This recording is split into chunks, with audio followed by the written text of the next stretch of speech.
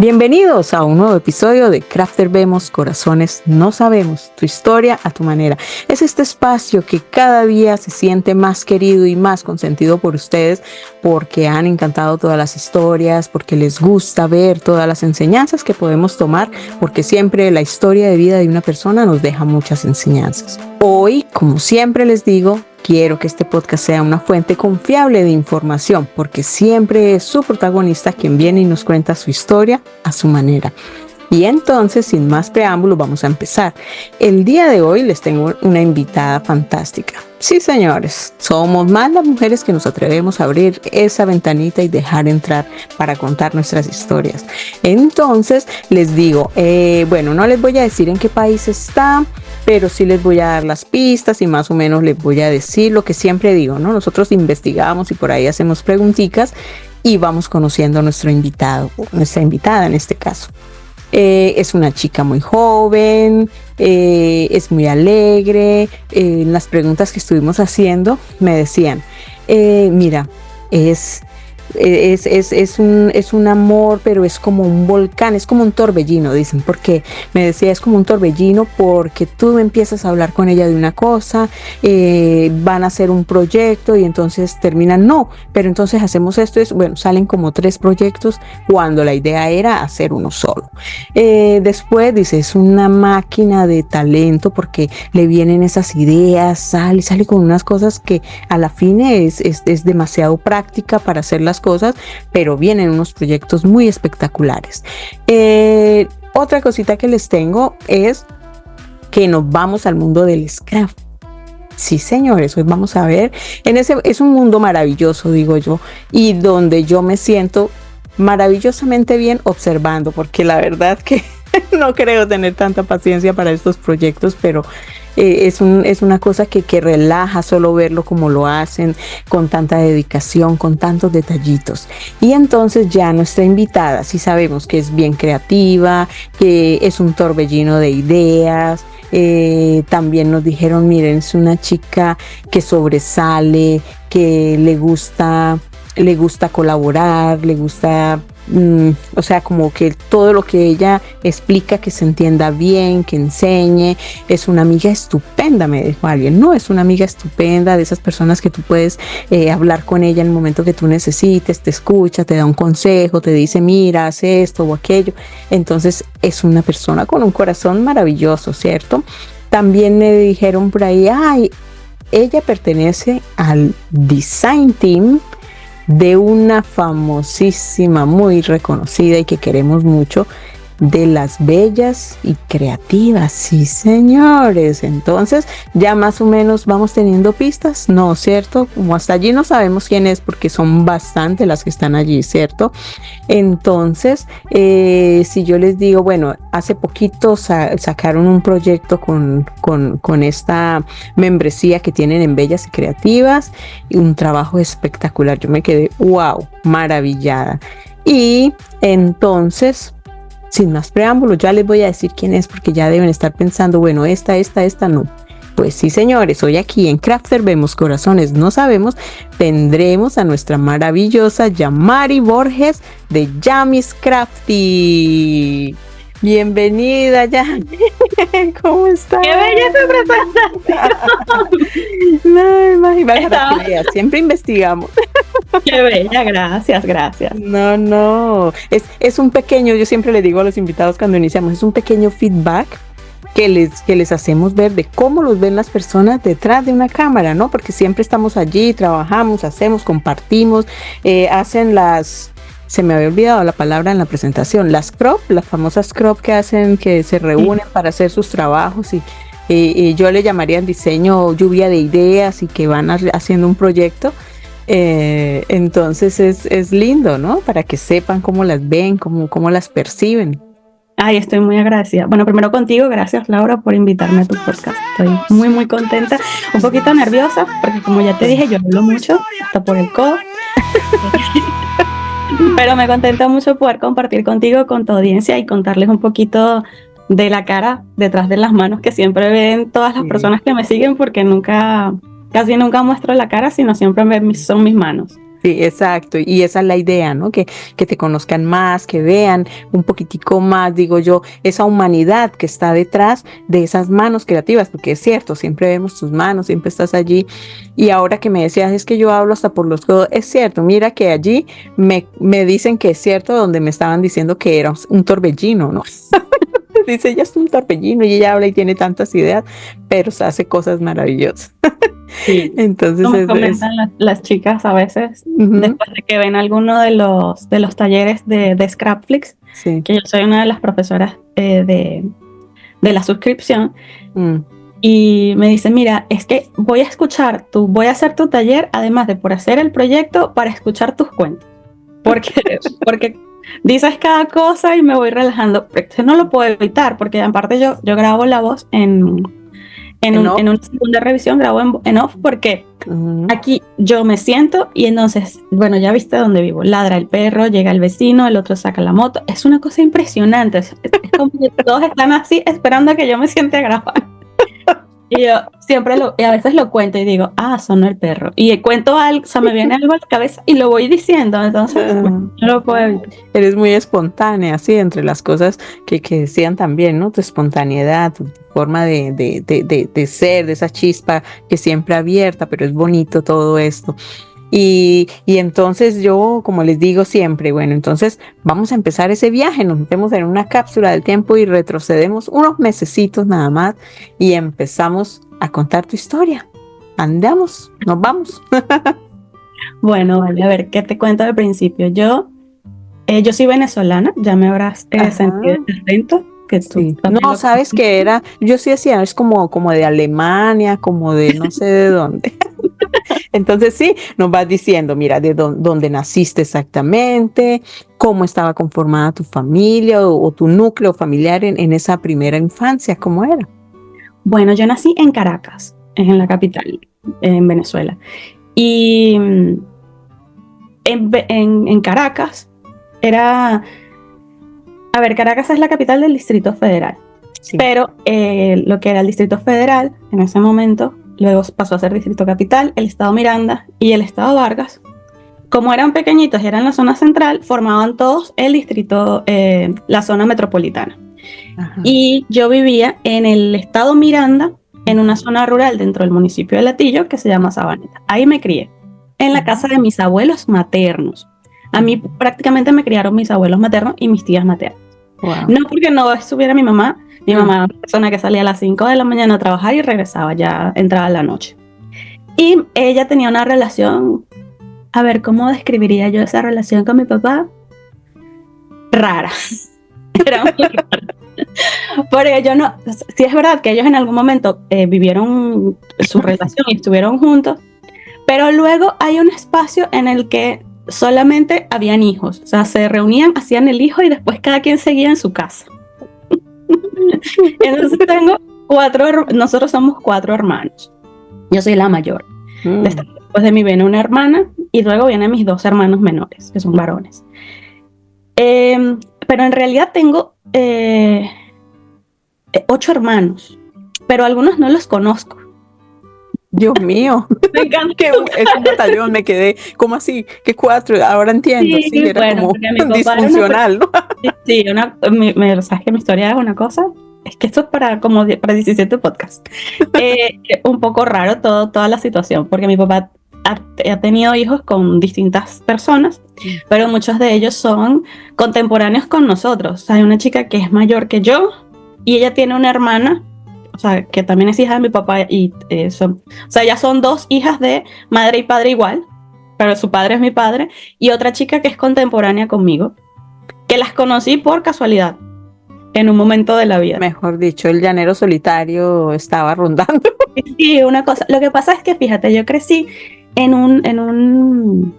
bueno, estas sociedades latinoamericanas, hay un punto en el que parece que esto era muy normal, muy cotidiano, porque esto que yo te cuento no era una cosa época, sí, ¿no? que solo me pasaba a mí o que solo habría vivido yo. O sea, te cuento que éramos 20 niños y por lo menos 4 o 5 estábamos en una situación un poco parecida.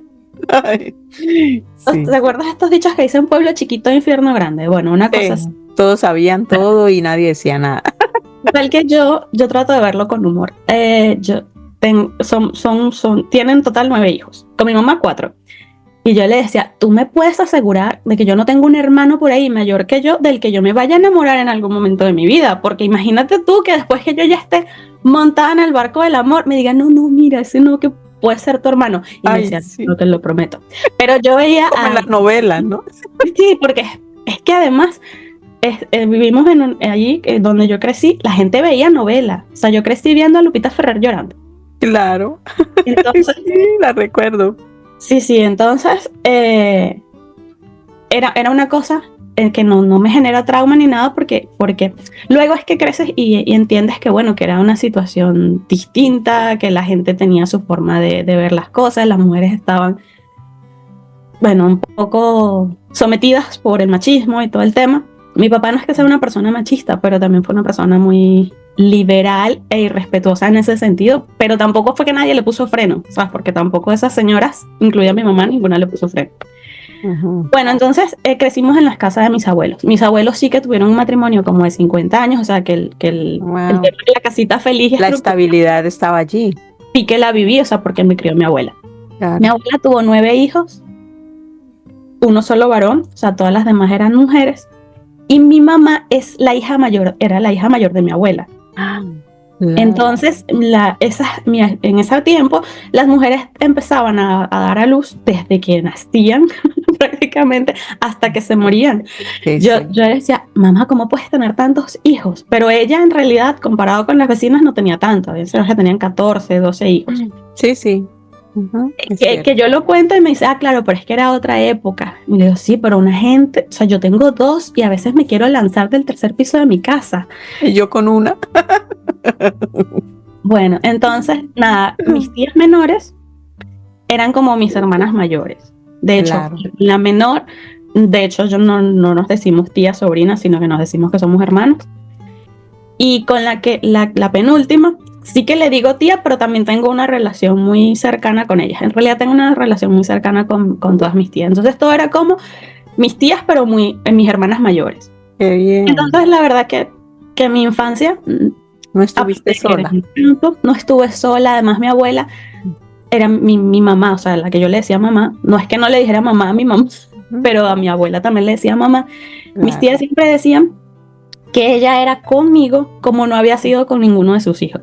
Yo, bueno, claro, ustedes eran un montón y luego estaba yo y bueno, estas horas que se sentaba a peinarme, me llevaba al colegio caminando, me esperaba, que eran cosas que la gente, hay mucha gente que no sabía que yo en realidad no era su hija, sino claro. que no sabían que era su nieta. Claro, porque con tantos hijos de uno más. Claro, entonces hubo mucha dedicación. Mi abuela de verdad, o sea, a uno conmigo, con mis tías, bueno, ya esa es otra historia, pero conmigo muy bien. Y bueno, nada, yo estudié allí en ese colegio, la educación primaria. En este colegio era muy buena estudiante, según toda mi familia. Yo la verdad es que se me daba bien, no era que tenía que hacerlo con mucho esfuerzo. Y bueno, luego pasé a la secundaria y me tuve que mudar porque, como te comento, yo vivía en esta zona rural donde el acceso a los servicios era muy limitado, o sea, no había transporte público que funcionara correctamente. Tenías que salir muy, muy temprano en la madrugada, llegar muy tarde en la noche, porque las rutas, o sea, para tomar el transporte público era muy, muy limitado y complicado. O sea, tenías que llegar, montarte en la puertita. Entonces, había un grupo de mis tías, de las que eran contemporáneas con mi mamá, y una era mi madrina. Entonces me fui a vivir con ellas. Y claro, me quedaba muy cerca del liceo. Ahí el high school se llama el liceo. Sí. Y allí hace 5 años me gradué del bachillerato. ¿Y cómo eras, ya que nos dices allí ya en la parte creativa, ¿no? O sea, ya sabemos, eras aplicada, eras buena estudiante, pero te gustaba esta parte creativa, que las manualidades que nos enseñan en la escuela, la pintura. Sí, se me daba muy bien. De hecho, yo tengo un recuerdo de que nosotros teníamos como los símbolos patrios. Entonces tenías la bandera, el escudo, el himno nacional, y aparte estaba la flor nacional, el árbol nacional, todas esas cosas. Y en una oportunidad para el Día del Árbol, nos mandan a llevar una hojita con un árbol. y era como a ver qué se le ocurría a la gente.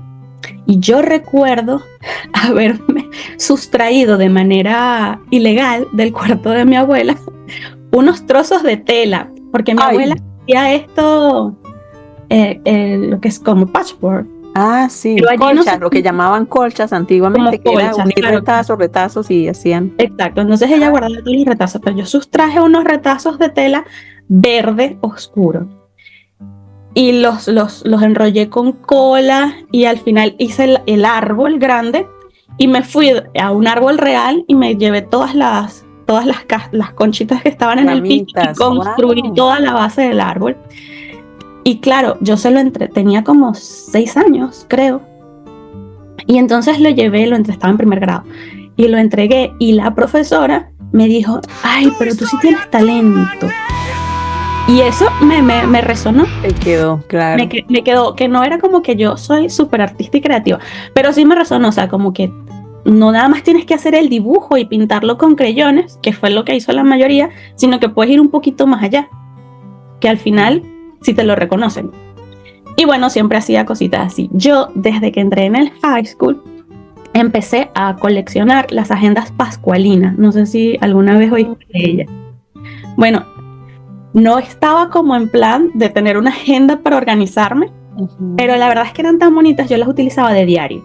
Pero las agendas pascualinas traían un montón de hojas de stickers y estos stickers tenían frases motivacionales para cada momento, igual todas las páginas, y a mí eso me impactaba tanto porque además era una agenda de una niña que iba creciendo contigo. O sea, tú cumplías 11 años y ella tenía, en la agenda de ese año tenía 11 años. El siguiente, y a ella le iban pasando cosas que te pasaban a ti. Entonces yo lo utilizaba de diario y con los mismos stickers, con el mismo material que traía la agenda, lo iba decorando, claro, personalizando. O sea, ya lo que es, ¿no?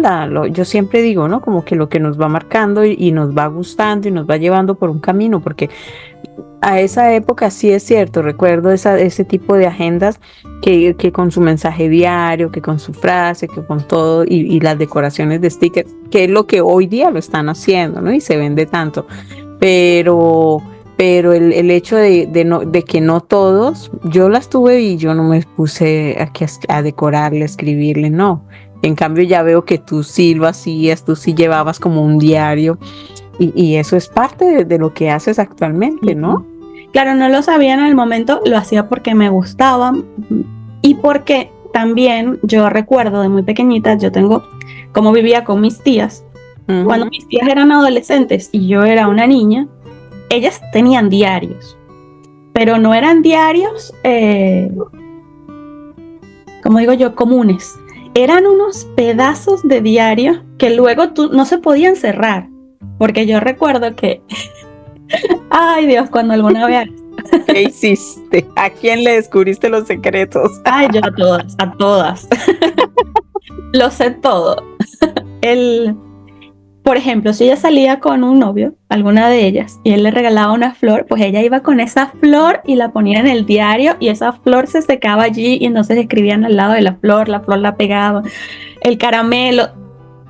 O sea, al final eran unos pedazos de diario que no se podían cerrar. Y a mí me encantaba eso.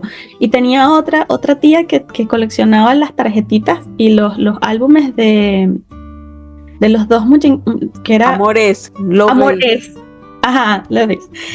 Yo no las llegué a tener porque eso era más de ellas, pues yo era más pequeña. Sí, mis tías lo tenían, ya recuerdo. Y a mí me encantaba porque ellas lo colocaban y entonces como que la etiqueta que colocaban tenía una frase para identificar cómo se sentían en ese momento. Y yo, por supuesto, cuando ellas se iban, yo curucuteaba toda la casa, les revisaba las cosas, no tanto por saber qué escribían. Pasaba revista. Para saber qué estaban poniendo, no sé, cosas de niño. Después yo lo hacía, pero claro, ya en mi época era pascualina. Y ahí colocaba mi historia y la de todo el mundo. Se me quitó la maña de colocar mi historia y la de todo el mundo hasta que un día en la universidad, imagínate tú todas las pascualinas que yo tuve en mi vida, que todavía llegué a la universidad y te la tenía. Con 17 años tenía una pascualina en una mochila y se me ha perdido. Oh, Dios. Y yo no sufría tanto por lo que decía de mí, sino por lo que decía del mundo. Entonces, claro, porque y entonces estaba hablando con fulana y dijimos tal cosa, y ella dijo tal cosa. Claro, yo lo escribía para mí, pero estaba allí. Entonces desde ese día ya no escribí más diarios. Claro, ay Porque Dios. se me perdió y yo tuve que llamar a una amiga y decirle, mira, se me perdió y ahí decía esto. Y me mataron. Ay, Dios mío, qué cosa. Y Bueno, ya precisamente estamos hablando ya de la universidad, la adolescencia. ¿Cómo fue este cambio? Porque cuando se nos cambia como, ¿no? La época, la rebeldía, como todo esto, ¿cómo era esta parte? Porque ya queremos amiguear, ya queremos los chicos, ya queremos salir, ya queremos la fiesta. ¿Cómo fue esta bueno, etapa? yo eso lo tuve antes, porque yo tenía un noviecito desde el liceo. Ujú. O sea, mis historias de Lupita Ferrero, o sea, todo mal con ese ser, porque ese ser era como mi papá. ¿Sabes esto que es importante de que cuando tú tienes figuras Sí, eh, que te dicen que tú careces de algo, entonces tú empiezas a buscar una persona como la que no te dio eso, a ver si esta sí te lo da? O sea, me expliqué mal. a llenar esos vacíos. Exacto. Que siempre dicen que las chicas cuando tienen relaciones conflictivas con sus padres, no es que yo tuviera una mala relación con mi papá, la verdad es que de pequeña nos amábamos, nos adorábamos. Cuando yo fui más grande, que tuve conciencia de cómo era este despelote, este arroz con mango, dije, mira, esto no es normal. Claro. Y claro, tenía un noviecito que era más o menos como él.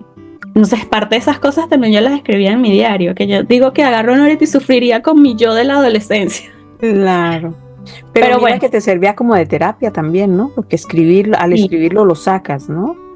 sí, y también eso te ayuda es que es como cuando tú estudias. Si tú lo escribes y tú ves lo que está pasando, hay un momento en el que hay como que conectan las neuronas y dicen, mira, es que esto no está bien. O sea, en algún Exacto. punto te tienes que dar cuenta. Sí, sí. Era tu Y terapia. claro, y yo en el liceo tenía muy buenos amigos. De hecho, tengo amigas desde el primer Todavía. día del bachillerato. Una de mis mejores amigas, cuando yo llegué al liceo, el primer día del colegio, se me acercó una señora, se llama Flor, que es colombiana, y llegó y me dijo, mira, te presento a mi hija, ella es Natana. Y mi amiga estaba así, mamá, ¿por qué me haces esto? Te lo juro, ella se estaba muriendo de la vergüenza, porque su mamá fue y me dijo, mira, esta niña va a ser tu amiga, sean amigas, adiós. Y se fue. Y Te nos dejó el paquete. claro, y nosotras como que, hola, hola. Y luego entramos al salón y casualmente íbamos a estudiar en el mismo curso. Ah, qué bien. Y otra chica también que se llama Yelitza, estuvimos juntas desde el primer día hasta que nos graduamos del liceo. Con Natana no me gradué porque además ella se fue por ciencias y mi amiga y yo nos hicimos somos bachilleres contables. Nos gustaba más la vida Ok. administrativa. Luego presentamos las dos en la Universidad Simón Bolívar y las dos íbamos a estudiar comercio internacional. Imagínate. Y quedamos en la Simón gracias a como yo te conté que soy de orígenes humildes, no me podía pagar el propedéutico para entrar a estudiar a esa universidad. Wow. Y la misma universidad tenía un propedéutico que era muy reconocido, que se llamaba Escalera, que lo daban, que preparaban a los chicos para la prueba interna, los mismos profesores que daban clases allí. Y los estudiantes que estaban en los últimos semestres, que eran muy buenos. Y ellos, viendo la necesidad que había de chicos que venían de instituciones públicas con bajos recursos, idearon otro plan que se llamaba el Plan de Igualdad de Oportunidades, el PIO. Wow. Y fueron a los colegios públicos, incluido el mío, a hacer unas pruebas para seleccionar a un grupo de chicos y darles la oportunidad de acceder a ese tipo de preparación sin tener que pagarlo. Wow, qué bueno. Y yo, o sea, mi amiga y yo, y otros amigos, éramos como una beca, ¿no? sí, nos becaron para estudiar allí, para prepararnos para presentar, para estudiar allí, no era para estudiar allí. Y Yelitza, Jonathan y yo lo hicimos. Y luego presentamos la prueba interna y quedamos. Y empezamos a estudiar. Y ellos, después del primer trimestre, que son materias generales, que ven todas las carreras, se decidieron cambiar, o sea, se cambiaron para organización empresarial. Y yo me quedé estudiando comercio internacional sola por la vida. Pero luego hice otro grupo de amigos Bueno, no es que ellos no fueron mis amigos, pero ya no coincidíamos con ninguna clase. Sí, sí. Y luego hice otro grupo, o sea, del grupo con el que me tocó estudiar el primer trimestre, salió el grupo de amigos, que somos amigos hasta hoy, que estamos en un grupo de WhatsApp, que bueno, ellos son los tíos de mis hijos, yo soy las tías de sus hijos. Ay, qué lindo. Y bueno, estuvimos juntos hasta que la situación del país nos separó. Ya nos empezamos a ir todos. Yo me vine en 2014, pero yo meto ahí el freno, porque antes de todo esto sucedieron más cosas, antes de todo esto, porque va bien, pudiste entrar a la universidad, hiciste todo, pero ¿cómo nos enamoramos? ¿Cómo nos casamos? ¿Cómo llegó este apoyo, este amor a tu vida? ¿Cómo fue eso? ¿En qué periodo?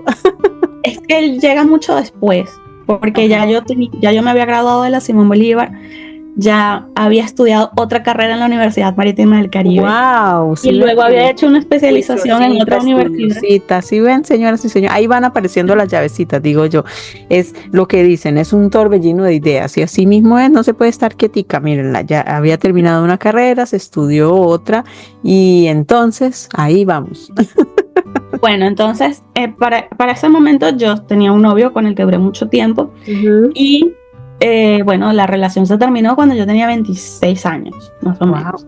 Pero ya era una persona con la que yo había convivido, ya éramos pareja, pero bueno, la cosa no funcionó y cada quien tomó su camino.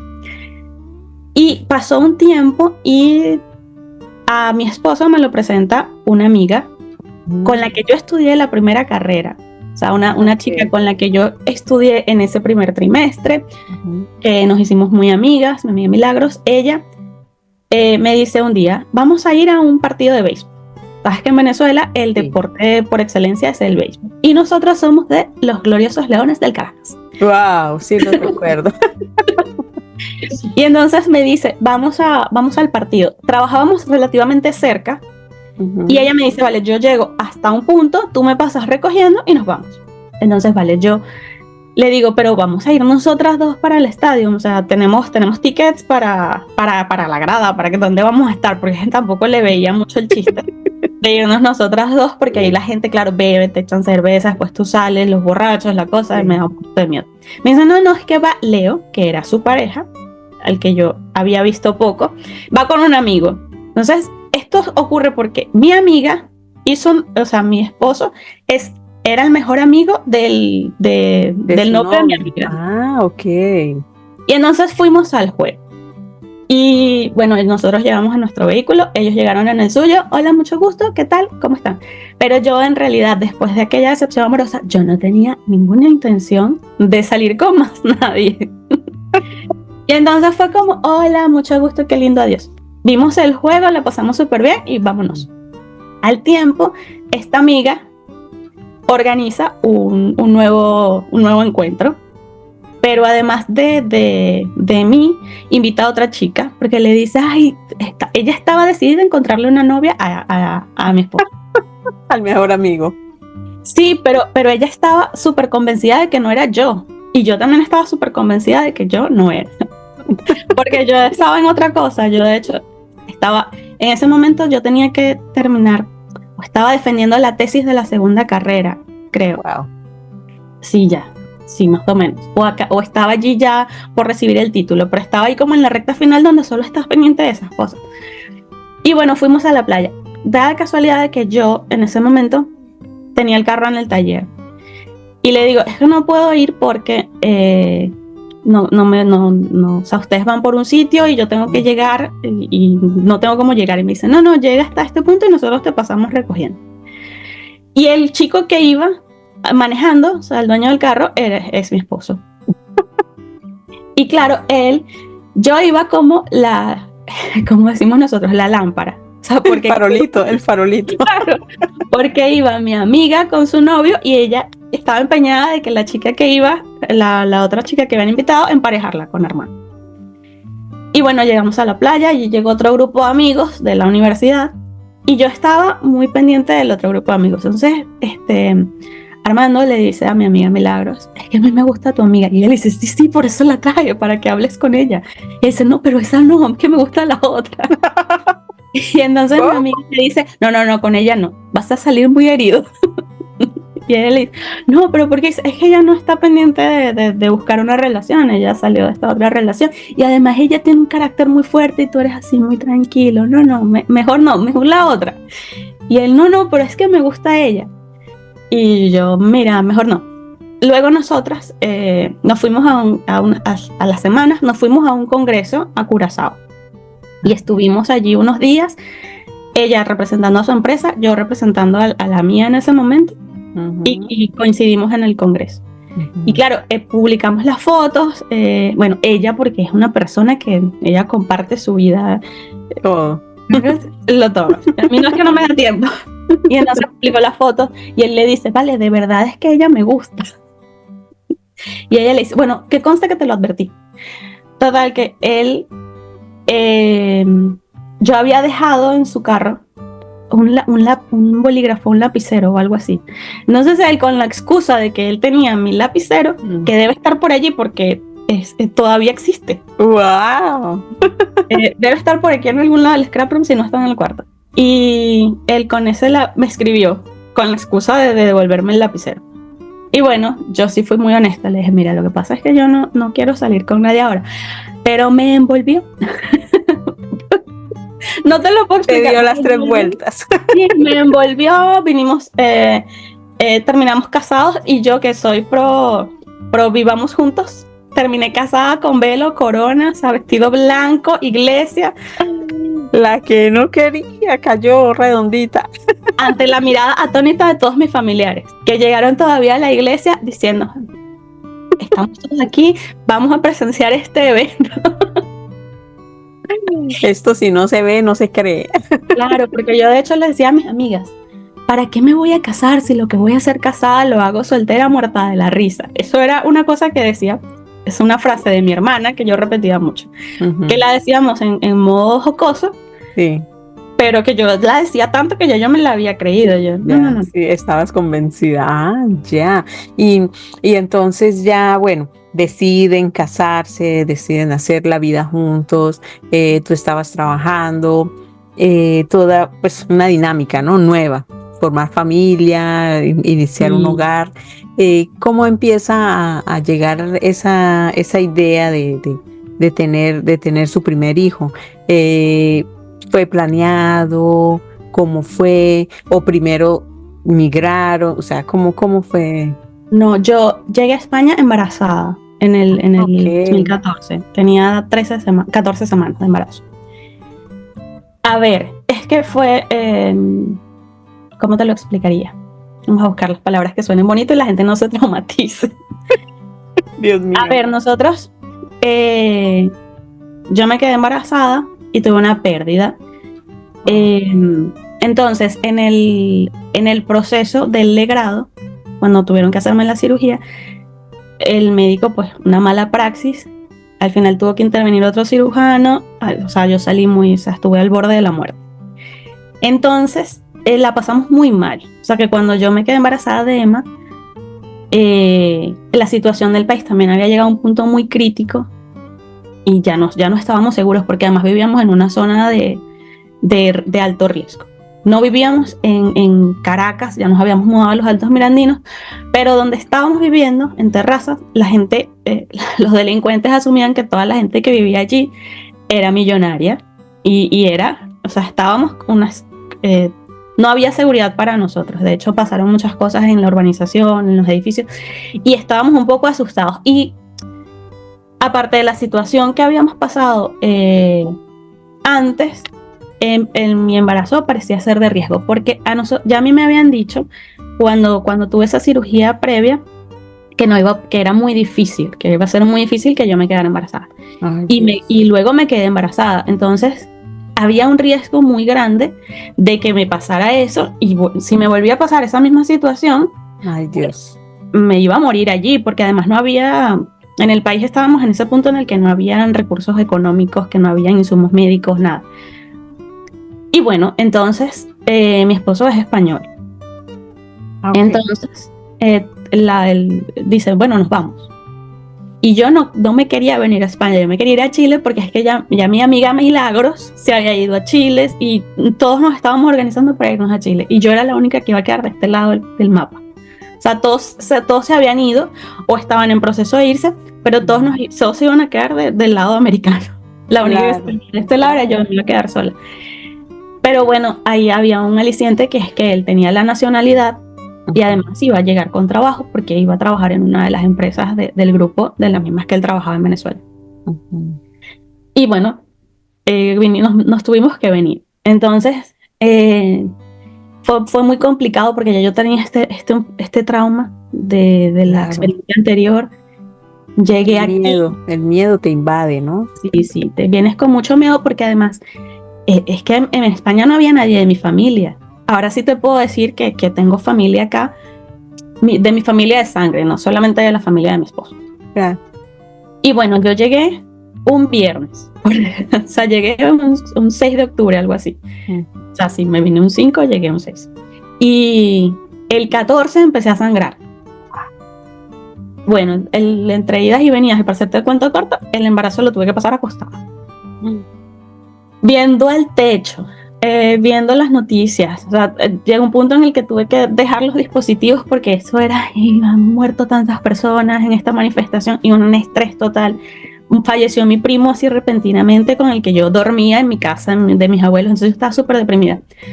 Me levanté cuando tenía 7 meses, un día fui, compré la cuna, las ropitas, no sé qué, y me fui a acostar otra vez, y en la semana 32 rompí la fuente y me ingresaron, y allí estuve hasta que salí con mi bebé en la semana 34 me hicieron una cesárea, y sobrevivimos de casualidad, porque dicho y hecho, la experiencia anterior afectó muchísimo mi útero.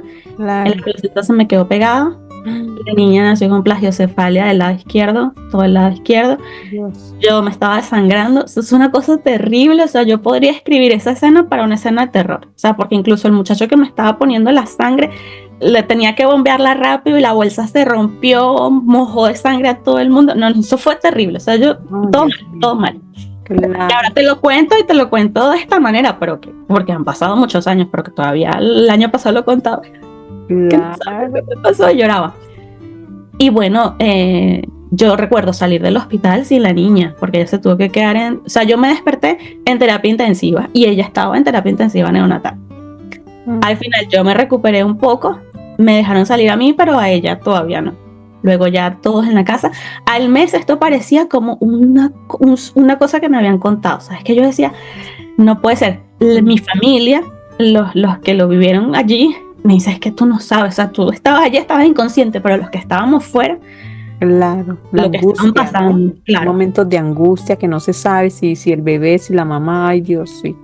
Claro, yo tengo los recuerdos muy vividos de todo el momento y yo me acuerdo que le pedía, llegó un momento en que había como 20 personas en el quirófano y yo le decía al médico que estaba como coordinando todo, o sea, porque había una sola persona que estaba como coordinando médicos, buscando la sangre y todo el tema. Y yo le decía, duérmeme. Y él me decía, no puedo, porque si te duermo capaz no te recupero. Eso no se me va a olvidar nunca. Y yo salí y traté luego de conocer a esa persona que gracias a él y a todos los que estaban allí estoy viva. Pero conocí como solo 2 o 3. Porque para ellos es como más, o sea, pasaron el susto, bueno, si el siguiente paciente. Sí. Para ellos es rutina, para claro, uno extraordinario. La doctora al final la doctora que me operó, sí fue a verme. Y me dijo, oye, mira, de verdad, me asusté mucho. Ella me lo dijo a mí.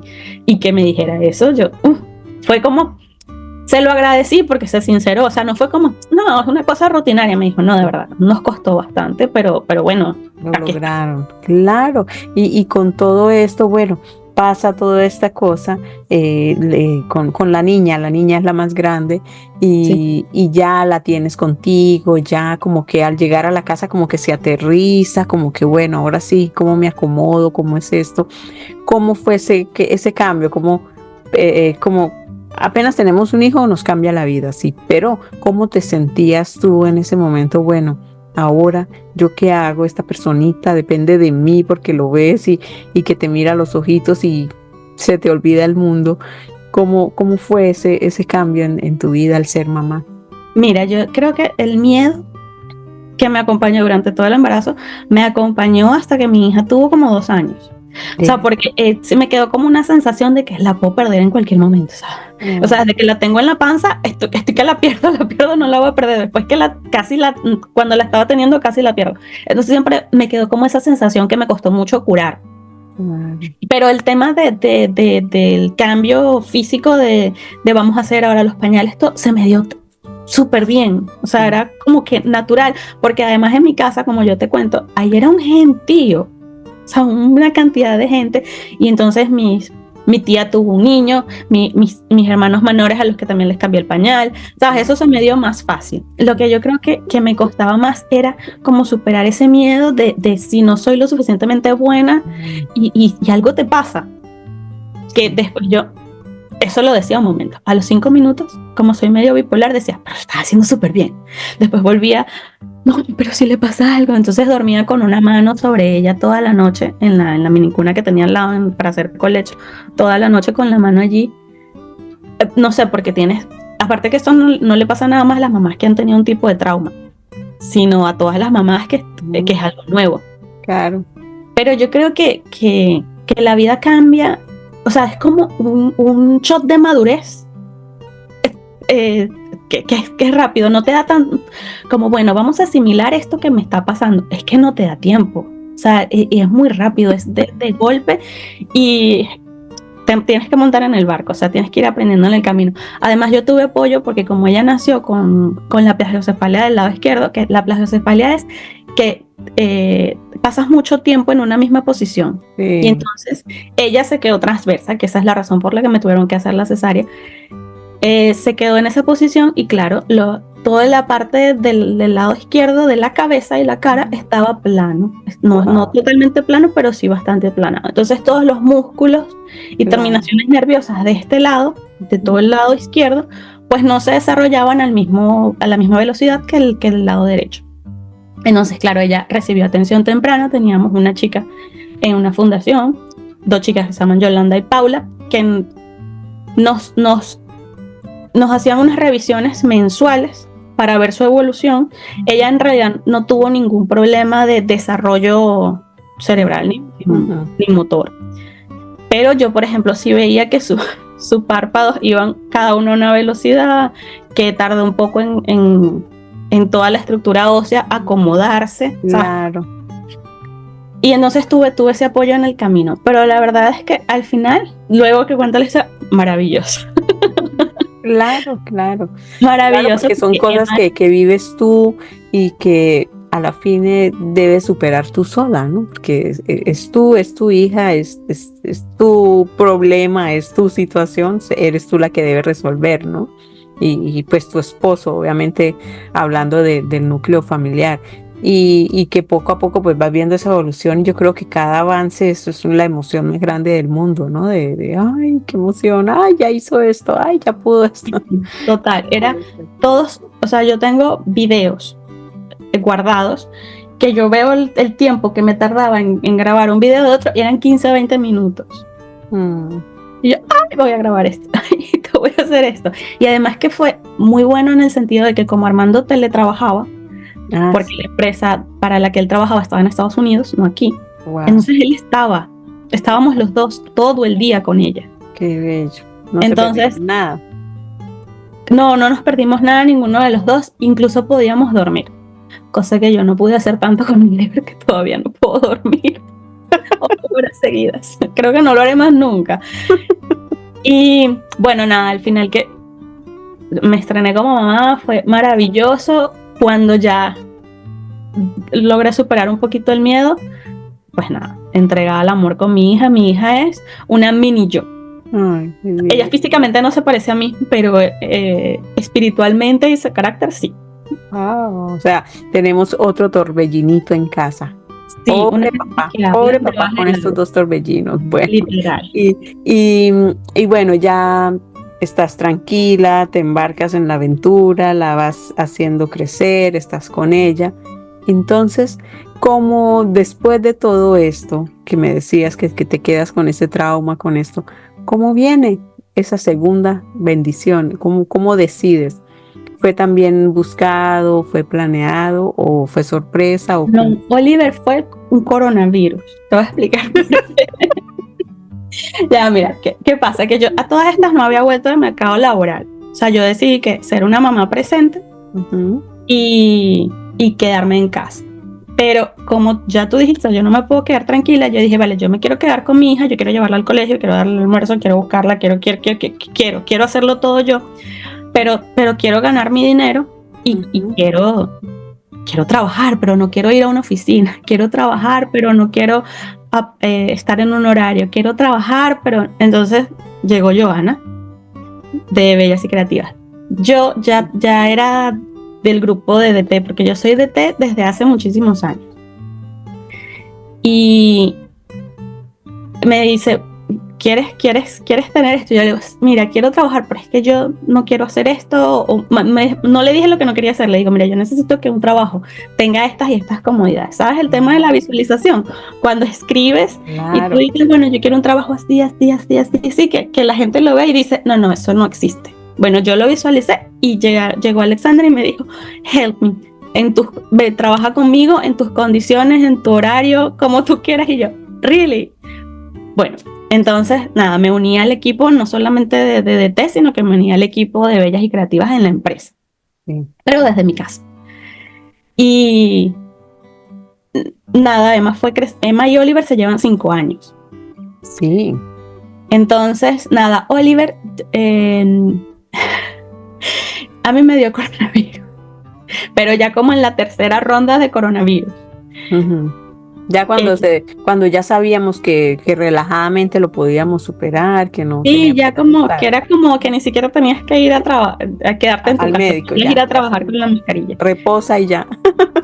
Claro, entonces pasó diciembre.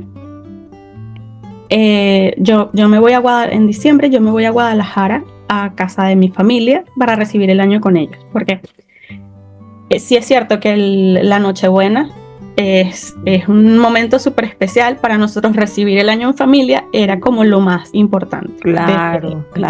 Entonces esta tía a la que yo me voy a casa de ella es la hija penúltima de mi abuela, o sea que somos súper amigas, y ella tiene 3 hijas y una de sus hijas es, bueno, las 3 las amo, pero con una tengo una relación la número 12, la número 13, la número 11. Ella es como la número 7, creo. Wow. Bueno, y vamos a regresar, y venía manejando Armando de regreso a Valencia, y antes de la mitad del camino me dice, me siento súper mal, ya no puedo manejar. Y yo, vale. Y entonces nos intercambiamos y nos vamos a casa. Yo llegué, hice un hoyón de sopa y dije, porque aquí nos vamos a enfermar todos y no vamos a poder salir de esta casa en no sé qué tantos días. Fue un 1 de enero. Hice la sopa y ellos se mejoraron, y al día siguiente yo me sentía mal. Wow.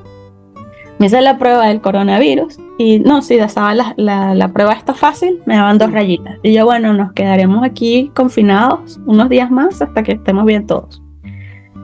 Se me quita el coronavirus, pero al mes siguiente yo no podía con mi vida. O sea, yo decía, ¿qué me pasa? Pero ¿por qué me siento así? Yo no me podía levantar de la cama, no tenía energía, me dormía por las esquinas. Eso era una cosa totalmente nueva para mí. Yo hablo con el médico y el médico me dice, es que puede ser que tengas fatiga crónica como consecuencia de que tuviste el coronavirus recientemente. Y vale, es fatiga crónica. Porque a mí estos síntomas de embarazos de las náuseas matutinas, yo nunca había experimentado. Pero no me podía levantar. Yo le decía a Alexander, que Alexander es médico, mi jefe. Sí. Alex, es que me pesan los párpados. O sea, estábamos trabajando y yo me acostaba en la cama y trabajaba así. Porque no me daban las piernas para levantarme. Y Armando me dice, ¿no estarás embarazada? Y yo, ¿qué embarazada voy a estar? No, nada que ver. Eso no me pasó por la mente nunca. Porque era una persona sumamente cuidadosa. Y entonces, decía, yo creo que estás embarazada. Y yo, ¿pero dónde voy a estar embarazada? No, eso es imposible. Ahí, tú sabes dónde. Y yo, eso no puede ser. Pues él se va a la farmacia y me compra, no una, sino varias pruebas de embarazo. Y yo le digo, me la voy a hacer solo para que me dejes en paz. Sí, sí. Y estaba embarazada. Salí, se me había ido todo el color. O sea, mira este color que yo tengo, se me había ido del cuerpo. Pero es que me entró un pánico y yo pensaba, pero ¿cuándo quedé yo embarazada? Yo sacaba cuentas y yo decía, no, y me volví a hacer la otra prueba. Y yo, pero es que, ¿sabes? Como cuando algo sucedió y tú dices, pero yo no estaba ahí, no sé qué pasó. No fui yo, no sé qué pasó. No me dan las cuentas. Y entonces ya, bueno, efectivamente sí estoy embarazada. Fui con el doctor y le digo, porque es que ya, además de que yo era súper cuidadosa, me habían dicho, es que ya tú no vas a tener hijos más nunca. Cuando me pasó lo de Emma, estuvieron a 2 milímetros de quitarme el útero. Y me dijeron, es que es incluso, no puedes, no debes, porque es que esto va a ser muy complicado. Porque te explico, cuando tú tienes ese tipo de traumas en el útero, claro, cuando te hacen legrados, te limpian con unas cánulas, que eso forma cicatrices en el útero. cicatrización. ¿Qué pasó? Que yo tenía cicatrices en el útero y en esas cicatrices se quedó pegada la placenta de mi hija. Y por eso tuvimos tantas complicaciones. ¿Ves? ¿Qué pasa? Que ahora yo tenía las cicatrices del primer legrado, tenía las cicatrices de todo lo que pasó con el embarazo de Emma y ahora estaba embarazada de nuevo. Y yo, claro, entonces yo agarré y dije, mira, ¿sabes qué? Que yo no me voy a traumatizar, no voy a estar pensando lo malo. El doctor me dijo que estaba bien, que yo digo, pero esto es un embarazo de riesgo. Le digo, porque además yo ya tengo 37 años. Y soy una madre, voy a ser una mamá añosa, como se llama ese término, como nos dicen cuando ya pasaste de los 35. Y yo le digo, mi mamá me dice, pero si mi mamá decía que yo ya había parido vieja a los 32 años, me dice, es que tú estás pariendo muy vieja, porque la gente allá pare. Sí, desde los 16. Tempranito. Y yo, claro, entonces, sí, hay una cosa, que es que si pares temprano, no te aguantaste. Pero si pares muy tarde, ya se te está pasando la fecha. Yo le digo, pónganse de acuerdo, porque no Sí, entiendo. Ni mucho ni poco. Claro, entonces le pregunté al doctor, ¿es de riesgo? No. ¿Cómo están las paredes del útero? Bueno, se ve que está bien. O sea, está todo bien. Yo, bueno, vamos para adelante. Pero hay una cosa que dije que iba a ser diferente. Cuando estaba embarazada de mi hija, es que yo ese embarazo no lo disfruté. Me sinceré conmigo misma y dije, es que esto no estuvo bien. Estuve todo el tiempo asustada, acostada en una cama, pensando en la gente que se estaba matando en las manifestaciones en mi país, sufriendo la pérdida de mi primo. Es que con todo ese cóctel de emociones que yo tenía, además de las mismas que te produce el embarazo por el cambio hormonal, eso es una receta segura para que algo raro pase. Porque al final somos nuestra propia energía. Claro, el cóctel explosivo que tenías de emociones, ¿no? Entonces dije, no me va a volver a pasar. Ya me lo voy a tomar con calma. Y lo único que me preocupaba era que estaba gordita. Estaba pesando 10 kilos más de lo que normalmente debería pesar. Y yo dije, bueno, para el pico. Porque eso sí me iba a generar problemas, porque yo tengo una condición de la piel, yo tengo diagnóstico de líquen plano desde hace 10 años y las medicinas pues engordan, y como no tiene cura, entonces es como que mientras no aparezca algo nuevo, una gente que consiga la cura para la enfermedad, pues no hay tratamiento distinto, porque yo decía, como sigas engordando, vas a estar a 2 kilos vas a salir rodando. Y bueno, nada, al final todo salió súper chévere. Y te lo disfrutaste y te relajaste. Claro, sí, pudiste vivir lo que no viviste con tu hija en el embarazo. Y fue una cosa totalmente diferente. O sea, es que yo decía, es que es impresionante cómo puedes disfrutar las sensaciones de moverse a tu bebé dentro de la barriga sin miedo. Es una cosa inexplicable. O sea, y sí te puedo decir, es como que fue la mejor experiencia. A lo mejor mi hija escucha esto y dirá, mamá, y le digo, es que no es eso. Es que lo pasé muy mal por culpa del miedo. Claro. Y ese miedo decidí no trasladárselo a mi hijo. O sea, mi hijo nació sin miedo. Mi hijo no le tiene miedo a nada. Menos mal, menos mal. Y yo creo que ya, pues también habían pasado 5 años, ya el útero se había cicatrizado bien, probablemente, ¿no? O sea, ya era diferente, ¿no? Y el poder, la decisión que tomaste en ese momento, de decir, bueno, Claro, me lo voy a disfrutar, no voy a tener más miedo, voy a estar tranquila. Y ya la madurez, ¿no? Te da también eso, ¿no? claro. De que ya lo viví, ya lo superé, ahora no le voy a hacer lo mismo a mi hijo y toda la información que tenemos hoy día, que vemos, de que tenemos que evitar pasarle a los niños todas estas cosas, ¿no? Y lindo que pudiste disfrutar lo que dices tú, sí, esas son sensaciones de sentirlo cómo se mueve, cómo te patea, cómo se gira, cómo todo, y son cosas que te quedan aquí que Claro, difícilmente ahora se lo olvidan. veo. Pude hacer la comparación con los dos y dije, oye, me privé de mucho, me perdí de mucho, de Claro. sentir, de experimentar con mi niña por el miedo a que algo saliera mal, que efectivamente salió mal. Sabes que también hay la ley de atracción, eso no falla. Y yo siempre lo repito, pero en el momento que estaba dentro del vaso, no veía más allá. O sea, estaba sumida en mi preocupación, en mi miedo, bueno, en mi. Yo también Sí, luego me perdoné eso porque yo digo, bueno, estabas en un país nuevo, sí. una cultura totalmente distinta. O sea, para lo poco que pude conocer, porque me encerré a las 2 semanas de haber llegado, lejos de toda tu familia. Oye, es como que Mm. también ya me di palmaditas yo y dije, bueno, ya pasó. Relájate, relájate. Y no solo eso, sino que ya como habías vivido esa mala experiencia, de pronto no habías sanado bien eso, ¿no? Esa parte de quitarte todos esos miedos también para que tu cuerpo evolucionara, ¿no? Sí, Que es lo que nos queda, porque lo que dices tú, el miedo se suma a la ley de atracción de todo lo que pensamos, de todo lo malo, y es ese huracán que se nos forma en un vaso de agua, ¿no? Que no claro, nos porque al deja ver final más allá. lo estás viviendo Ujú, de la cara externa que muestras hacia adentro. O ujú. sea, porque para mi familia, no, estoy bien, bueno, estoy acostada, pero me siento bien, pero por dentro estaba muy mal, Mm. porque no, ¿cómo lo maneja? O sea, no había, de hecho, yo luego lo conversé con una psicóloga con la que me ayudó con el tema de amamantar, porque yo quería hacer todo el paquete completo. Quería amamantar y no podía, no lo lograba.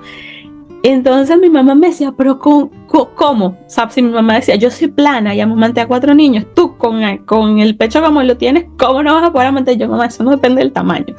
Eran las propias emociones que tenía allí que Te no, bloqueaba, que no, claro. que no permitían. Al final lo logré, pero me costó un poco. Ajá. Y bueno, luego ya llegó Oliver, nos mudamos a la casa nueva, nos mudamos a esta casa porque vivíamos en un piso de 3 habitaciones y bueno, luego yo quería tener mi estudio porque hago muchas cositas Sí, y no tenía bellezas, pasan espacio. bellezas. Ajá. Y ya ahí que ya empezamos a decir de las bellezas creaciones que haces. em, Nos hablaste ya un poquito de que ya habías entrado a trabajar en el team, ya estabas en la empresa de Bellas y Creativas. ¿Cómo fue eso? O sea, ya nos dijiste, bueno, tú decidiste ser una madre presente, estar con tus hijos y todo esto. O sea, de allí nace la idea de estar en casa. Ujú. ¿Cómo o por qué el scrap directamente, no? Porque pues en el mundo creativo podrías haber hecho tantas otras cosas, ¿no? Pero ¿por qué decidiste el scrap? ¿Y cómo se fue dando todo esto para que ellos vieran tu trabajo, te contactaran y dijeran, listo, trabajamos contigo? Bueno, mira, el scrap es porque, como te comenté desde Pascualina, me gustaba la técnica, o sea, la estructura. Ya te traía todo para tú hacerlo, no tenías que cortar nada, solamente poner las fotos, escribir. Ujú. Y aparte yo sí que yo era como la que hacía los recuerditos de bautizos, comuniones, matrimonios Ah, y decesos de mi familia. Porque en mi familia, hasta para las personas que fallecen, se les daba un detallito a los que iban a los novenarios. ajá. Entonces yo era la manualista oficial para hacer todas esas cosas dentro de mi familia. Y hacía mis álbumes. Cuando me vine para acá, en mi maleta venía ropa, pero me traje unas cosas sin las que yo pensé que no iba a poder vivir, que era mi tabla de marcar, mi scording board de Martha Stewart, que me había costado todo Dios para que me llegara a Venezuela y no la iba a abandonar en el camino. Claro. Unos troqueles y un álbum que había hecho, porque yo hacía los álbumes y se los regalaba a mis amigas. Ya lo hacía desde allá. ¿Qué pasa? Que mi influencia era de marcas como American Crafts o Graphic 45, pero muy poco llegaba a Venezuela. Entonces me gustaba mucho el estilo vintage, o sea, y el estilo ruso, que va recargadito con mucha cosa. Sí. Y allá la verdad es que no tenía de dónde obtener ese tipo de material. Cuando yo llegué aquí, fue como... Claro. Llegué al punto. ¡Pum! Claro, Aquí sí había mucho para eso. Sí, entonces claro, empecé a comprar en línea, me hice amiga de la dueña de una tienda que está en Valencia que se llama Satua, bueno, que ella ya no está en Valencia, y empecé a comprar cositas. Como me iba a quedar en casa, dije, voy a empezar a hacer los álbumes de Emma, de su primer añito, de todas estas cosas.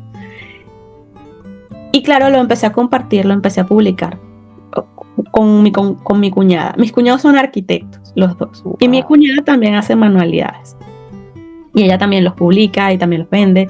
Y empezamos a hacer cosas así. Yo conozco a Joana, ya yo había publicado un montón ya tenía varios seguidores, ya había publicado varias cosas. Y una prima de Armando, bueno, que también es mi prima ahora, me dice, tienes que conocer a Joana. Y claro, yo le digo, ¿quién es Joana? Porque Joana tenía... Sí, es que eso es una cosa que imperdonable. Sí. Porque claro, yo no estaba como tanto en las redes. Y luego cuando veo quién es yo, pero yo sé quién es Joana. Y me dice, tienes que ir a un taller porque ella va a ir a Valencia. Y yo le digo, vale, voy a ir por ti, te voy a comprar. Porque además yo le quería regalar como toda una colección de Joana. Y iba a lograr que Joana le dedicara unas palabras en una de sus cosas. Entonces, yo llegué al sitio y Joana salió y me abrazó y me dice, ¿viniste? Y yo, ella cree que soy otra persona. Y no, resulta que ella recibía a todos así en la puerta. Y yo, pero ese tipo de energía que tú dices, esta energía se parece a la mía, la quiero. Y luego abracé a Alex y a Noemí, y claro, además que son venezolanos. Sí. Y bueno, enganchamos bien. Luego ella me hizo el favor, comí con ellos, luego ella me hizo el favor de firmarme la colección para Gaby. Y yo digo, bueno, voy a venir mañana, me han convencido, voy a venir mañana. Estuve yendo a varios talleres.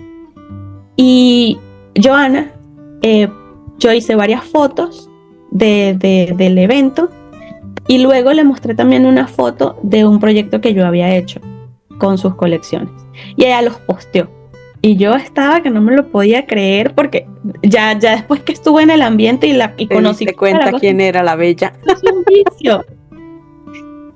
Y bueno, ahí comenzó el camino. Ella me dijo, ¿puedo publicar estas fotos de tu trabajo? Y yo, claro que sí, encantada. Y empecé a trabajar con sus colecciones y ella me posteaba y yo no era del DT. Y luego, antes de la pandemia, ella me mandó un mensaje privado y me dice, oye, mira, me gustaría que formaras parte del equipo. Y yo... y salí por el pasillo de mi casa. Sonaba emoción, una cosa. Llegué a la cocina y le digo, claro que sí, cuenta conmigo. O sea, y yo no. Claro, esas cosas que tienes que esperas, pero que no esperas, ¿no? Claro, y yo mantén la compostura, que no se te note que te estabas muriendo por pertenecer al DT. Claro. Se lo contaba y ella se moría de la risa porque ella decía, tú hiciste eso, sí, yo, porque es que luego tú me contestaste, bueno, sí, no, sí quiero ser parte del DT. Y yo, y esta falta de emoción, y yo, es que tú no viste en mi casa que estaba haciendo la voltereta, me estaba brincando, lo estaba gritando por los balcones. Bueno, pero así es más o menos nuestra relación. Y bueno, luego vino la pandemia, empezó todo este tema de crear en casa, empezamos a hacer directos, empezamos los live, y bueno, más gente nos conoció. La verdad es que en la pandemia conocimos a un montón de gente creativa, y yo estaba entre esas personas que estaba haciendo los proyectos de ella. Qué bien. Y bueno, ahí comenzó el camino. Luego ya yo me incorporé como tal al equipo de trabajo. Y de allí, bueno, ha sido no parar, o sea, porque estoy negada. Le dije, me van a botar de aquí con el zapato. O sea, no me voy porque además nosotros somos como una familia en la empresa. Qué lindo. Porque en el almacén son los papás de Alex. Alex es como mi hermano. De hecho, es el padrino de Oliver. Qué lindo. Luego también están los papás de Johanna, que son un amor. Johanna, que es un amor. Y de hecho, cuando fue el baby shower de Oliver, me lo hicieron todos ellos. Noemi hizo toda la comida. Alexandra y Johanna montaron todo el candy. O sea, impresionante. Armando también participó con ellos en hacer las cosas. Y Eli también, es que si yo sin él no podría trabajar. Y somos eso, somos una familia, nos apoyamos, nos queremos, nos cuidamos muchísimo. Y bueno, nada, el tema de la creación, Johanna nos inspira mucho a dejar fluir la creatividad. O sea, tú recibes las cajas y bueno, ella te dice, yo confío en tus manos, en lo que vayas a hacer, sé que lo que va a salir de allí es maravilloso. Y la verdad es que nos da un voto de confianza a todas las de T, que te dice, bueno, es que te motiva a crear cada día cosas maravillosas. Yo prácticamente que todo lo que está aquí son cosas que he hecho para el DT. Muchas no están aquí porque las regalo o porque ya las llené de fotos o porque mi hija las sustrajo de manera ilegal. Pero eso ya sabemos de dónde viene, eso viene de herencia. Sí. Ahora yo lo vivo y yo, por eso te digo que es una mini yo. Una gente, bueno, ya es una gente que me llega por aquí con 7 años. Dios mío, qué lindo. Entonces, y qué bella toda esta experiencia y saber que la vida te va llevando y cuando te dejas fluir, ¿no? Llegas al puesto donde debes estar, tú dijiste, no, yo quiero ser una mamá presente, la vida misma te puso el camino y te dijo dónde podías estar. Dices, se me agrandó la familia, porque aparte de la familia de sangre, aparte de la familia de tuya en tu casa, pues esta familia laboral, ¿no? Que es lindo, y esa confianza, ¿no? Ese voto de confianza que dices tú que te dan, donde te dejan fluir, donde te dejan que tu creatividad sea la que hable, es lindo, ¿no? Y yo creo que por eso mismo es que vienen cosas maravillosas, porque si te dicen, no, es que tienes que hacer esto, es como que te bloqueas, ¿no? Cuando te ponen un límite, le ponen un límite a tu mente. Entonces es lindo todo esto que estás viviendo y todo esto que se deja venir para tu vida, ¿no? Claro, y además que creo que es la primera vez que me estoy dejando fluir, porque yo, a pesar de como tú me ves, así que tengo 2 tornillos flojos, a nivel laboral, pues sí era muy, muy recta en ese sentido. Y yo logré escalar. Cuando me vine ya tenía cargos altos en las empresas para las que trabajaba y lideraba equipos de trabajo, pero era tan recta o tan malhumorada en las cosas que hacía, que digo yo que es que yo tengo la sensación de que algunos empleados me veían y decían, no vas a trabajar mucho. Ya llegó. Sí, a una chica que en después de mucho tiempo que ya nos habíamos hecho amigas, en una noche se tomó unos tragos y me dijo, mira, la primera vez que me dijeron que tú ibas a ser mi jefa, me fui al baño a llorar. Y yo digo, ¿pero por qué? Y me dice, porque es que tú siempre estás así con esa cara. Así. La carota. Y yo le digo, lo que pasa es que yo siempre estaba donde estaba la candela, donde estaba el problema. Entonces tenía muchas responsabilidades y como que no tenía mucho tiempo para sonreírle a la gente, sino hazlo. Sí. Y claro, después que yo traspasaba las puertas de la oficina, entonces, bueno, el bonche. Pero antes yo no podía. Claro. Y eso también me hizo un llamado de atención, que esa también es una de las razones por las que yo quería quedarme. O sea, también quería descansar la mente, quería estar con mi hija y no quería volver a estar otra vez en ese tren porque es que tiene que ver con lo que al final tú estudias y no es que no te guste, sino que al final estás en el comercio internacional. Esto siempre tiene que ver con un barco que va rodando un seguro y una mercancía que si no llega te metes en un problema. Sí. Entonces, la logística... Vas contra el tiempo prácticamente, ¿no? Exacto. Es una contrarreloj que la gente no ve y que muchas veces no se entiende, ¿no? Las situaciones de las personas. Esto es así. Y Yari, Yami, en todo esto que tú haces, bueno, tú nos decías, llega una caja, la abres y es una emoción, porque yo he comprado de las cajas cuando hay la cosa que ya es que definitivamente es que uno tiene que hacer mucha fuerza de voluntad para no comprarla. De verdad que sí, pero ya cuando uno no se resiste y la compra, bueno, esa es una experiencia. Ahora, ¿cómo es para ti como parte del design team ese proceso creativo? Tú ves y cómo es ese proceso creativo para tú empezar a crear, a hacer una creación con una colección. Mira, en el caso de la de Bellas y Creativas, es que nosotros vendemos una experiencia desde que te llega la caja. Uh-huh. Para empezar, la caja es bonita. Solo tú ves la caja por fuera y ya dices, ¡ay! Luego la abres. Entonces tú abres la caja y hueles, porque todas nuestras cajas van perfumadas. Sí. Y luego abres el lazo y empiezas a ver las cosas que Eli pone tan ordenaditas. Bueno, yo soy del DT y yo suelo prepararme mi caja. O sea, yo como estoy en Valencia y el almacén lo tengo a 30 minutos, yo voy al almacén y yo escobo las cosas y a veces le digo a Eli que me la prepares para volver a tener la experiencia. Y eso, aunque yo ya sé lo que hay, aunque yo sé lo que me voy a encontrar, porque me voy a encontrar rollitos, papeles, stickers, troqueles, el hecho de abrirlo por primera vez, ver las ilustraciones, ya allí estás alimentando la inspiración para los sentidos. Uh-huh.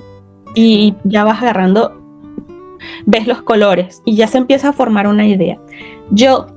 La inspiración siempre es con una ilustración que está en la colección que me hace clic apenas la veo. Por ejemplo. Bello.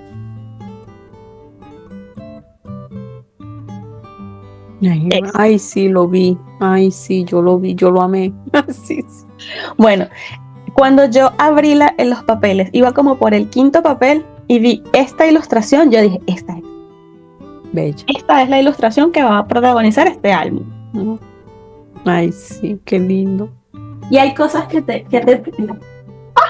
transmiten. Por ejemplo, en la de diciembre del año pasado, yo vi las casitas y automáticamente me imaginé las casitas nevadas en una montaña. Entonces, es algo que te hace clic. Claro, esa conexión que haces de una vez. Claro, y no es como que, esto no sucede como que te hace clic y ya tú visualizaste todo el proyecto, ya sabes que le vas a poner a todo. Mm-hmm. Yo, de hecho, cuando estoy haciendo los tutoriales, a veces yo muestro el álbum y luego yo estoy haciendo, como grabo la voz en off, a veces yo hago una cosa y echo para atrás y vuelvo, entonces explico. Es que yo en ese momento tuve una visión completamente diferente y lo reorganicé. Entonces, en mi caso es que una imagen me hace clic, o una textura de los rollitos me hace clic, un troquel, y allí esa es como la idea base. Y yo lo que hago es que lo dibujo. Claro. Dibujo, esto me parece que quedaría bien así, y voy avanzando. Y no sé si tengo, como le digo, hermano, me llegó la musa, ya vengo. Y entonces subo, lo bosquejo, corto los cartones y digo, porque es que si no se me va la musa. Sí, es cierto. Porque luego vuelvo a ver otra cosa y entonces hay otra, a veces hago 3-4 proyectos con la misma colección, como me pasó con esa. Lo que pasa es que el proyecto no te lo puedo mostrar porque no lo hemos publicado todavía, está detrás de los otros, pero 2 cosas me hicieron clic en la colección y las reproduje las 2. Claro. Y es eso. Qué lindo. Además que para mí el scrap es una terapia. Como te dije, que tengo el líquen. El líquen es una enfermedad autoinmune y bueno, la forma de manifestarse son lesiones en la piel inflamatorias que pican y arden muchísimo. Wow. Entonces, no es que cuando estoy haciendo scrap me deja de picar o me deja de arder, porque también tengo medicación, pero logra que como que una parte de mi cerebro se desconecte de la sensación de mi cuerpo en ese momento. Uh-huh. Y entonces es como que te relaja. De hecho, el scrap ahora, mucha gente que llega a nosotros llega porque se lo ha recomendado el médico. Personas que tienen como terapia, personas que tienen enfermedades, cáncer, incluso la artritis, depresión, sobre todo la gente que tiene depresión, ansiedad, ansiedad. Llegan a nosotros, llegan a nuestros talleres y nos lo dicen. Cuando entré aquí a este taller, era una persona, tenía un aura, y cuando se van, son otras personas. Salen cambiadas, sí, es que se ve, y la armonía, la alegría de las personas, es muy lindo eso, y lo que tú decías de la experiencia, es esa experiencia que llega, claro, es una emoción total cuando se abre como que la curiosidad y el querer saber qué van a hacer y todo, qué lindo, ¿no? Y el transmitir esto porque te ayudas a ti y ayudas a los demás, entonces es una cosa de doble vía, ¿no? Que va y bien. Todo es colectivo, igual el proceso creativo con nosotros. Yo tengo el clic, pero a veces no tengo algo en la cabeza, pero no termino de llegar a la idea central, y entonces está el DT. Ajá. Y allí es siempre como un brainstorm. Todos estamos hablando, todos estamos compartiendo ideas, todos estamos alentando a los demás compañeros, que también es como una familia adicional. Entonces siempre es como, tengo esta idea, y algún, no sé, Yosune o cualquiera te dice, bueno, y si le das esta vuelta, o si lo armas en una estructura así, o Joana te dice, te ayudo y te diseño la estructura, o sabes, hay siempre una retroalimentación buenísima, incluso cuando buscas inspiración en tus compañeros, que yo, aparte de Joana, también tengo a Lasne, que yo a la hora que necesite Lasne, maravillosa, cariño, ven que yo te lo explico.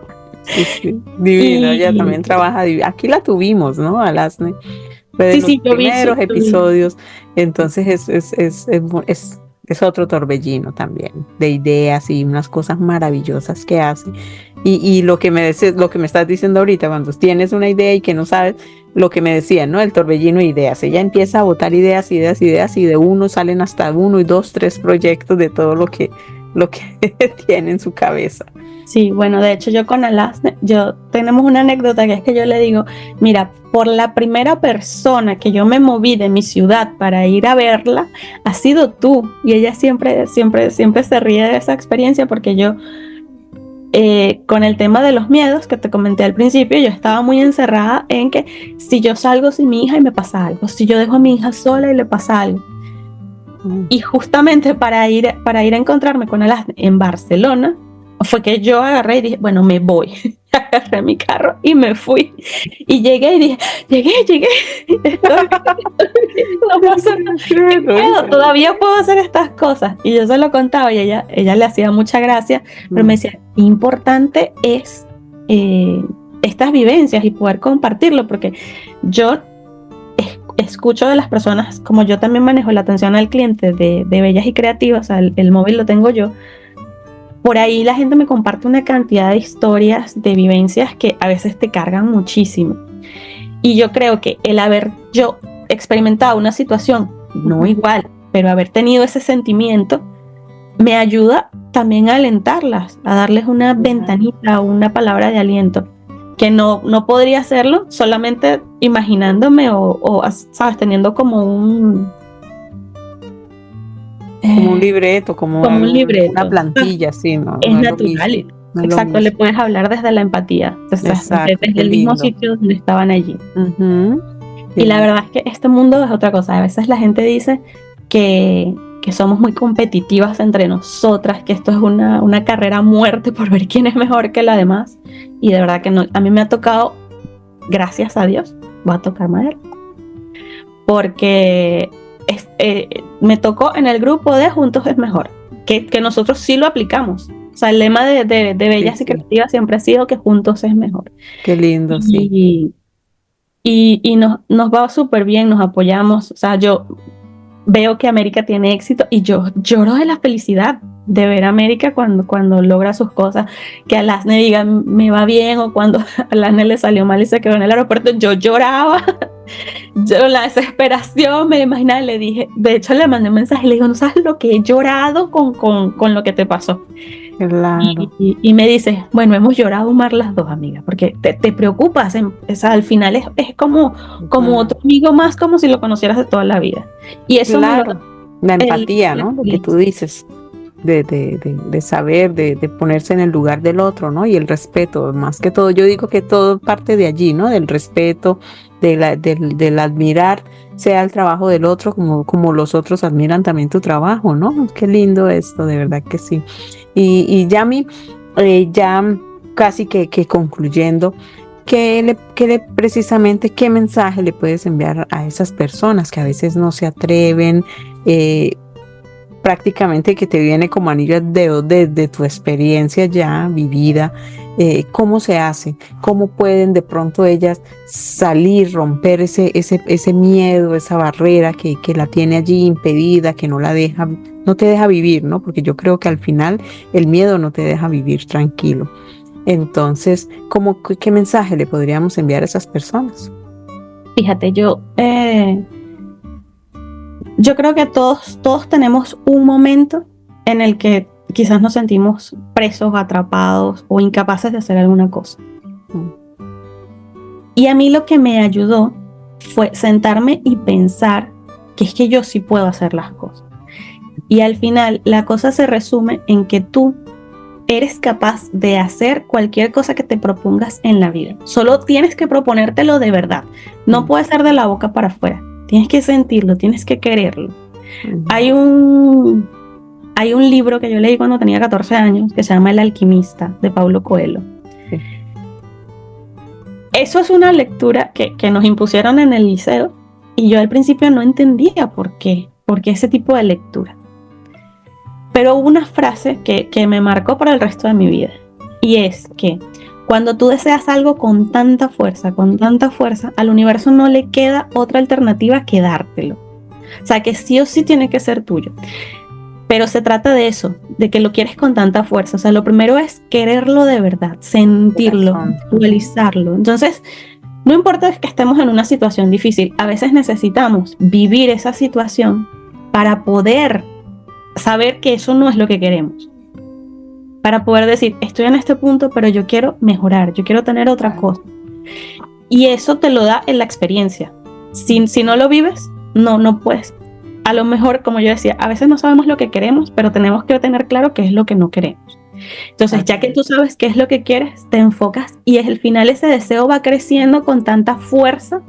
Claro. Que no importa que te encuentres en el camino, lo vas a lograr. Somos capaces de lograr todo aquello que nos propongamos sí o sí. Qué lindo, y es cierto lo que dices, ¿no? El de desearlo con tantas fuerzas y cierto, que sea tan fuerte ese deseo, tan puro, tan real, que hasta lo sientas, ¿no? Porque a veces esas cosas se sienten en la piel, que ya el universo diga, tocó, porque ya de verdad ni el universo soporta ya tantas ganas. Claro, yo no creo mucho en la casualidad, yo creo más bien en la causalidad. Exacto. Y cuando tú quieres las cosas, sí, tú haces que las cosas vayan a ti, porque a veces de manera inconsciente tú lo vas atrayendo. O sea, tú, por ejemplo, yo quería estudiar en una universidad y como te dije, no tenía los recursos para pagarme las clases para poder aprender lo que me iban a preguntar en el examen, en la prueba interna. Pero era tanto mi deseo de que yo tenía que estudiar en la universidad, porque de hecho en mi familia solo una tía había ido a la universidad, que lo había logrado después de grande, cuando ella se lo pagó con su esfuerzo, y no fue una universidad pública. Y además yo quería ir a esa universidad porque era de las mejores universidades de Venezuela. Y fue tanto mi deseo, o sea, que yo sacaba buenas notas, que yo estudiaba, que yo decía, no veo de dónde voy a sacar el dinero para estudiar, pero yo voy a estudiar. Y me apareció esa gente un día y me dijo, mira, ven para hacerte una prueba para ver si puedes estudiar allí. Y claro, apareció ese plan. Lo que estabas diciendo es cierto, ¿no? Vamos creando nuestro destino, vamos creando nuestro camino. Y lo que debemos es eso, ¿no? Estar pendientes, que es lo que siempre les decimos aquí, de qué pensamos, de qué tenemos, porque eso que estás pensando y que siempre estás ahí, como decimos nosotros, martillando, es eso lo que estás atrayendo, porque si tú te metes pensamientos, no es que estamos diciendo que tú debes estar feliz todo el día, porque todos tenemos nuestras cargas, todos estamos arrastrando una vida, ¿no? pero es en qué actitud, con qué actitud la estamos enfrentando, con qué estoy mirando adelante, porque no me puedo quedar estancada aquí, debo dar al menos dando un pasito a la vuelta, un pasito a la vuelta, digo yo, se me sale el italiano, un pasito a la vez, vamos avanzando y vamos saliendo de allí. Entonces es eso, ¿no? Qué lindo. Has dicho exactamente lo que es. Uh-huh. Podemos pasar todos por la misma circunstancia y la diferencia va a estar en la forma en que cada uno decida afrontar la situación que tiene enfrente. Ajá, ¿cómo lo enfrentas? Uh-huh. Aquí yo he rodado mucho, me he caído mucho y me ha tocado levantarme mucho. Entonces te puedo decir con seguridad que siempre, en lo que aquello que tú quieras y en lo que te esfuerces por conseguir, lo vas a tener. Por ilógico que parezca. O sea, te puedo contar cualquier cantidad de historias de mira, parece mentira, pero es verdad. Me pasó a mí, no le pasó al amigo de un amigo. Exacto, le hablas directamente desde tu experiencia, es cierto. Y la empatía, porque se ve propio cómo eres, que te das, que ayudas, que empatizas hasta en sentir cuando una persona está mal, que pasa una dificultad, que estás allí. Era lo que decían, es una amiga estupenda, es una amiga de aquellas que siempre está allí, que te cobija. Entonces, y lo que yo te decía al inicio, ¿sí ves? Es un feedback de cómo te vieron y mira que poco a poco, contando tu historia, va saliendo, ¿no? Va saliendo todo esto y se verifica todo esto que nos habían dicho antes de empezar a hablar. Entonces, de verdad que sí, nuevamente, Yami, muchísimas gracias por haber aceptado la invitación, por venir a contarnos tu historia y por abrirnos ese corazón, esa puertica para que otros puedan entrar y ver, y de ahí pueden tomar enseñanzas, que es lo que yo siempre digo, es como de aprender, de cada historia alguna cosita podemos aprender, alguna cosita podemos ver, que si nos gusta nos podemos, ¿por qué no?, seguir y decir, bueno, si ella hizo de este modo, de pronto a mí también me funcione, ¿no? Entonces es simplemente eso. Muchísimas gracias, de verdad que sí, por haber estado aquí. Te tranquilizaste, ¿sí ves? Te tranquilizaste y fluyó lo más de lindo. Yo aquí puedo pasar horas, pero ya tenemos que despedirnos. Muchísimas gracias, de verdad que sí, Yami, desde aquí un abrazo grande. Aquí estamos cerquita, pero un abrazo grande, de verdad que sí, y muchísimas gracias por haber estado acá. Y todos ya saben, espero que se disfruten tanto este episodio como yo aquí realizándolo con nuestra Yami. Muchísimas gracias a todos, no se les olviden, vayan, denle mucho amor, vean esta historia, compártanla. Si saben de una persona que estén en diversas situaciones, compártanla para que la vean y puedan encontrar de pronto una ayuda, una solución. No sabemos en qué momento nuestra historia le puede servir a una persona. Muchísimas gracias a todos y ya saben, Crafter vemos, corazones no sabemos. Tu historia a tu manera. Chao, chao.